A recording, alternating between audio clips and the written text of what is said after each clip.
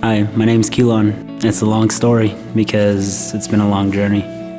I grew up in a Christian home, not really knowing God, making bargains, and not really knowing where to stand with God. And I took 5 years away from home, went to the Marine Corps, and basically found my own way and made my own way and listened to that Frank Sinatra song, I did it my way, and that was how it was for a really long time in my life. It was a really dark period in my life. And having my first child, Kaiser, really opened my eyes to a lot of things, how traditionalism is really greedy and there's a lot of hatred and a lot of animosity there. And it's a really long story to get into, but in the end, my wife convinced us to come to Grace Hill because my mom had been going here. She told us that the church had donated some things for us, so my wife coerced me over a period of 2 hours, just kept telling me, you need to go to church, you need to go to church, tell these people thank you. So I sat in the back row and didn't really want anything to do. And Pastor Tim, he gave us the sermon of You Live to Die.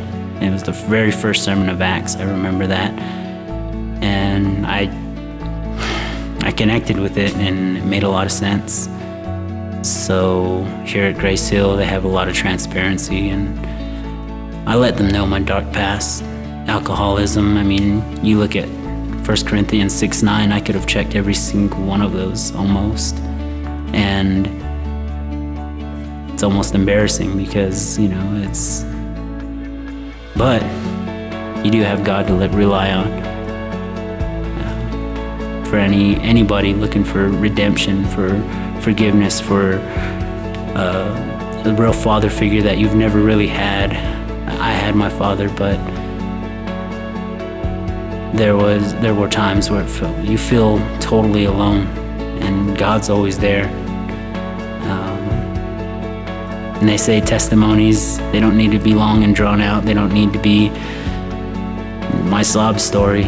It's just the one true testimony is John 3:16. He gave his son to die for us. He loves us that much. And that's how I profess my faith. And it's how I try to live my day-to-day life. And I know I'm a work in progress.